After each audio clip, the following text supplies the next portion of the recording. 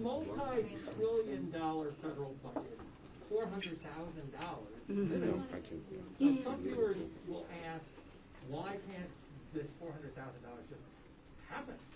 Can you respond to that and talk about any frustration you might have over the fact that such a small amount has hurdles that it's going to have to cross in order to happen? Well, so first of all, I think it's an excellent question, and I'll yield to Schumer in a minute. There's a lot more funding. Yes. There's much more funding in this program, rather in the budget for general violence prevention. One of the things that I felt was really important, and one of the things that is important this year, is that for the first time, the House of Representatives and hopefully the Senate, knock on wood, will be authorizing community funding projects. So this is the first time in, what is it, Chuck, over a decade? Yes. Over a decade that we will be able to earmark specific programs to fund.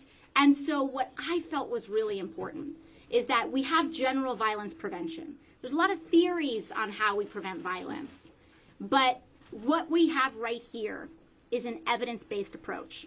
And what we have right here is showing that the Bronx not only handles this issue, but we lead on this issue for the entire country. And we have leaders on this issue that are a model for the entire country. So while 400,000 may not seem like a ton, it's part of what, 2.9 billion?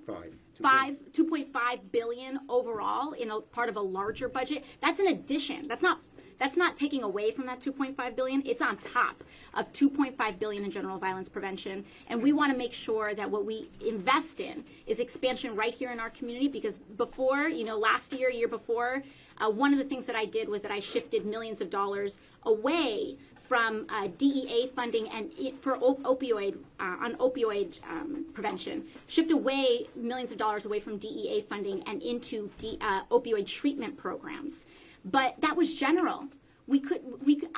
Previously we didn't have the ability to say, right here we're going to do it, right there we're going to do it, right here we're going to do it.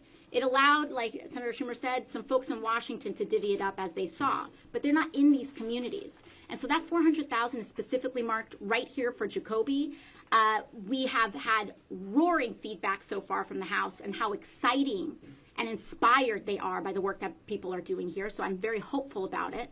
But again, it's part of billions and more in general violence prevention across the country. Yeah, let me add something. We added $2.5 billion for violence prevention, gun prevention in the ARP. That's now law. But what are the best models? What is the best way to spend that money? Here it is. Here it is. So we can specifically fund this program through whatever you call them. Community funding projects. Community funding projects. I'm not supposed to use the E word. But it can be replicated in hundreds of programs across the country, and this will highlight that. So it's 1-2. There is a lot of money. We got to make sure it's spent right. They're going to show us how to spend it right. That's right. Where does the money come from? Where does the money come from now? And what would the $400,000 do? Yeah, the 2.5 is already for the current program. This current comes from the program. budget. So the current program. I mean, I'm sure Jacoby leadership can give the specifics because there's multiple funding sources. There's multiple funding sources currently.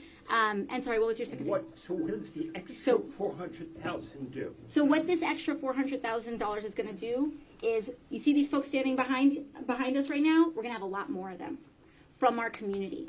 People who have successfully turned their lives around are the best possible people to help other people turn their lives around, period. And so what this $400,000 is going to do is that it's going to get us more outreach workers, it's going to get us more resources, more studying, etc. This is going straight to the people who are doing the work.